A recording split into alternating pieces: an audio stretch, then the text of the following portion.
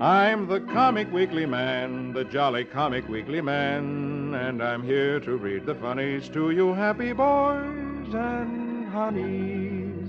Yes, boys and girls, it's Comic Weekly time, and here I come right into your house to bring a little fun and happiness, right out of the pages of Puck the Comic Weekly, straight into your living room. Your friend, the Comic Weekly Man, the jolly Comic Weekly Man. Hello, hello, hello. Hello, hello, hello. Well, little Miss Honey, how are you today? I feel fine. How are you? I am fine, too. You know, I saw the funniest thing a little while ago. I saw a man standing on the street corner with a piece of bread and butter in his mouth, waiting for the traffic jam. Huh? Oh, that's funny. Imagine a man with bread and butter in his mouth waiting for the traffic jam. That's very funny. I didn't think it was that funny, but I'm glad that you think so. Now read me something else that's funny as the funnies. All right, I will, but first here's that nice man with something interesting to say.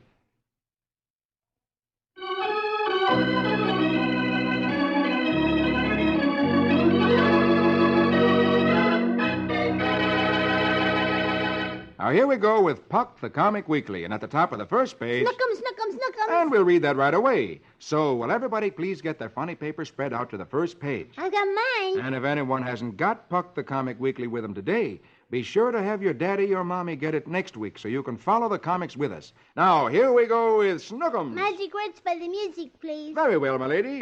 Diddly-da, diddly-doo, wick-a-mack-em ookums. Let's have a little tune for little Snookums.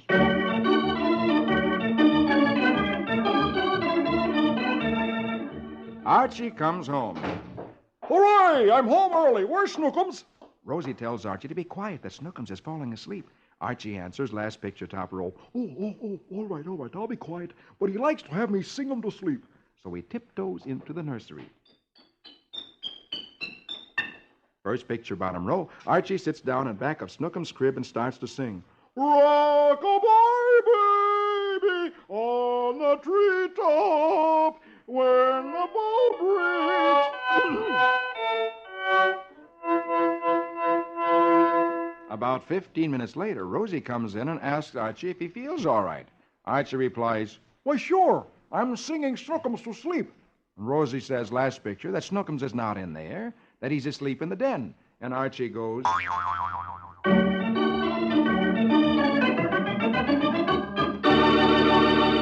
Oh, look at that funny look on Archie's face. Doesn't he look silly? He certainly does, and he should, sitting there in an empty room singing to an empty crib. I think Archie's the funniest fellow. Oh, he certainly is.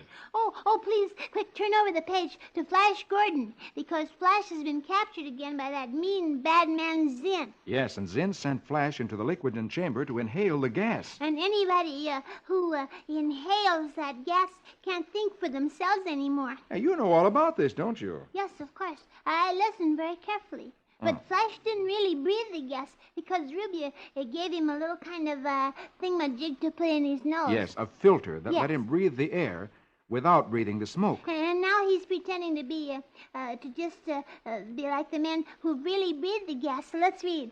Let's see if Flash really fools in. Very well, here we go with Flash Gordon. Riga-diga-doon-doons, ask him a task. Let's have music for heroic Flash.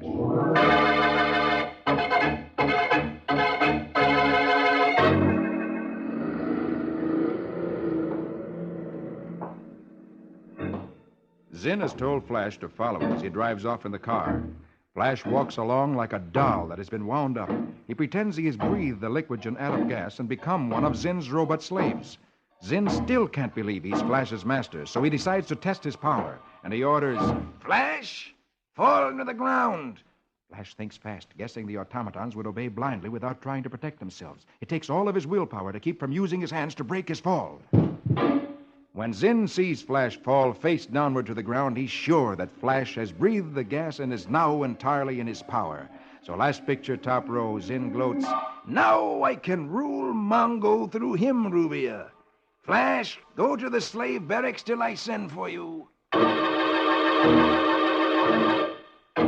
First picture, bottom row. In the slave barracks, which is the prison where all of the slaves are kept, Flash asks questions of the others, but the zombie-like victims of liquigen gas don't even seem to hear Flash's questions. He's sadly studying these living dead, whom he must imitate, when the barracks door opens. It's Rubia, who tells Flash to follow her. She leads Flash to her wing of the palace.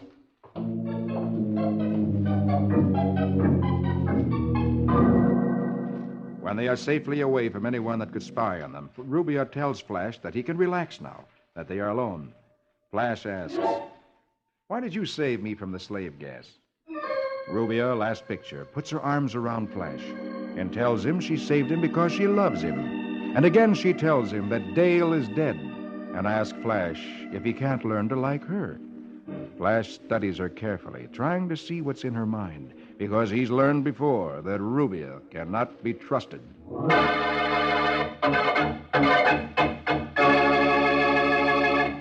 I'm glad that Rubia saved Flash, but even so, I don't like her, because she told Flash that Dale is dead, and Dale is not dead. No, she's not.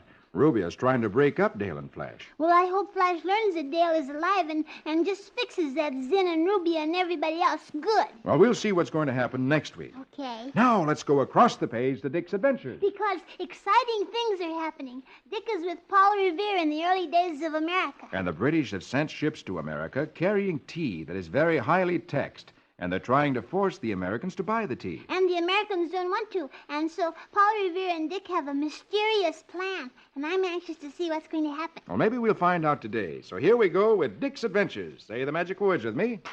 Riggedy-pack, kazak, kazik. Let's have music for adventurous Dick.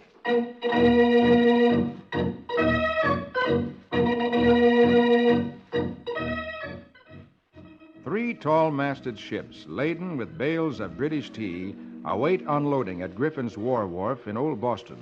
The month is December, the year 1773, and the tea is taxed without Yankee consent. So Dick has been invited to join a strange tea party. As Dick and Paul Revere join the party of men dressed like Indians, last picture top row, Dick is told, "Give the password." Dick replies, "Saltwater tea." Chief Paul Revere is in charge. At his word, the Indian braves, Dick knows them as clerks, merchants, laborers, lawyers, press in closer to the ships, first picture next row. A squad of red-coat soldiers is on guard. The men stop, and there are low, whispered instructions. Paul tells Dick, "Now easy, Dick. We want no fighting. Just dump the tea overboard." Dick asks, "Only the tea, Mr. Revere? Not the redcoats?" Paul replies, last picture, middle row, "Absolutely not the redcoats. Unless in the dark you should happen to mistake them for bales of tea. I might make that same mistake myself, lad." At the thought that he can push redcoat soldiers overboard, Dick answers with a grin, "Oh, I understand, sir." And then...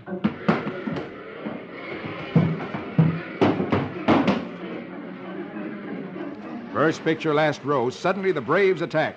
Torches flare. They swarm aboard the vessels.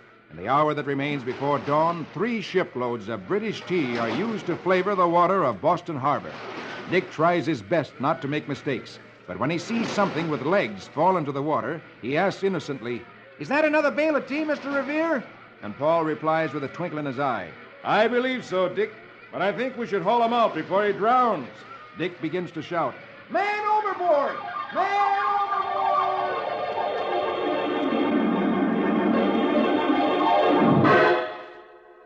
Last picture, Dick finds himself in bed. His mother and dad are leaning over him, and his mother tells him that he's been making a lot of noise and asks what's the matter. And Dick replies, "Huh? Oh, I'm sorry, Mom. I was just dreaming about the Boston Tea Party. Gosh, what a party that was."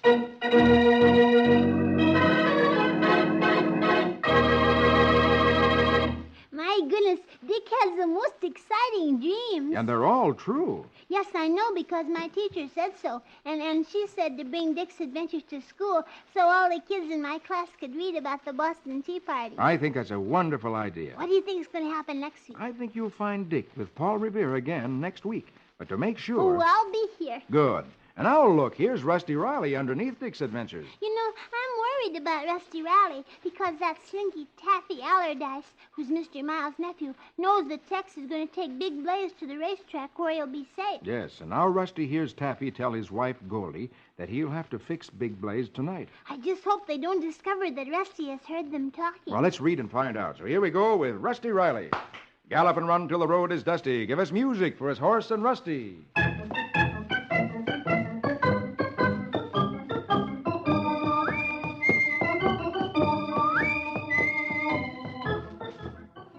Rusty sits quietly in the big chair in front of the fireplace in the Miles house, hoping that Taffy and Goldie will not see him.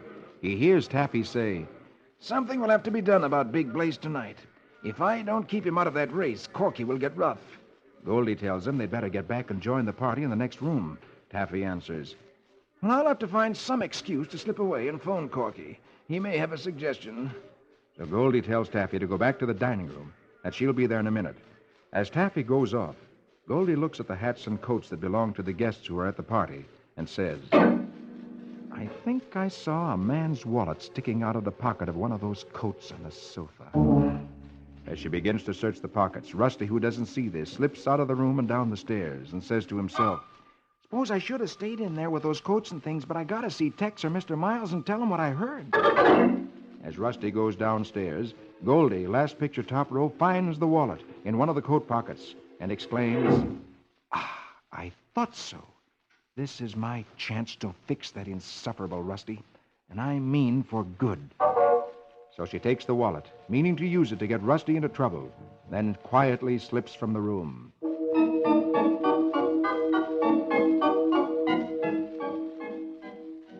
First picture, bottom row, Rusty is talking to Patty, Mr. Miles' daughter, and he tells her, "Patty, I gotta speak to your father. Will you ask him if I can see him? It's awful important." Patty can tell by the expression on Rusty's face that it is important, so she quickly goes to find her father. In a few moments, she's back with her father. Rusty says to him, "Gee, Mr. Miles, I had to see you. Mr. and Mrs. Allardyce are planning to do something to Big Blaze." Mr. Miles, who cannot believe that his nephew could be guilty of poisoning a horse, replies impatiently, Now, look here, Rusty. You and Tex, too, are imagining things. This is absurd. "Oh, please, Mr. Miles, I'm not imagining." That's enough, Rusty. To humor Tex, I'm sending Blaze to the track in the morning. Now, don't let me hear any more about it. Then he turns and walks out of the room. Rusty shakes his head mournfully and leaves the room, saying to himself, "Golly, why don't Mr. Miles believe me? Tex has the night off. I'll have to handle this alone."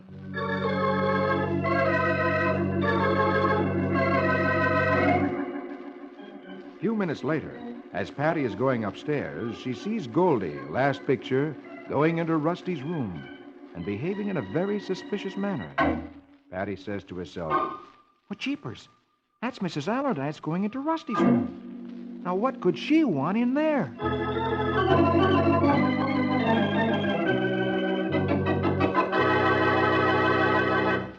I know what she's going to do in there. She's going to put that wallet in Rusty's room and make it look like Rusty stole it. "How'd you ever guess that?" I just knew it.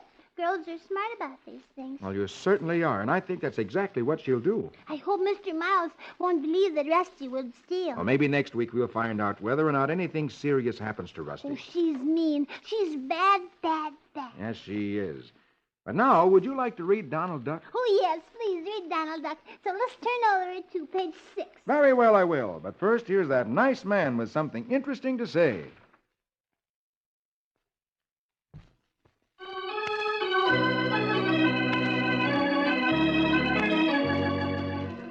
Now, here we go again with Puck the Comic Weekly and Donald Duck right on top of page 6. Say the magic words with me. Squeegem, squeegem, squitter, chicka chack. Let's have music to fin a quack quack.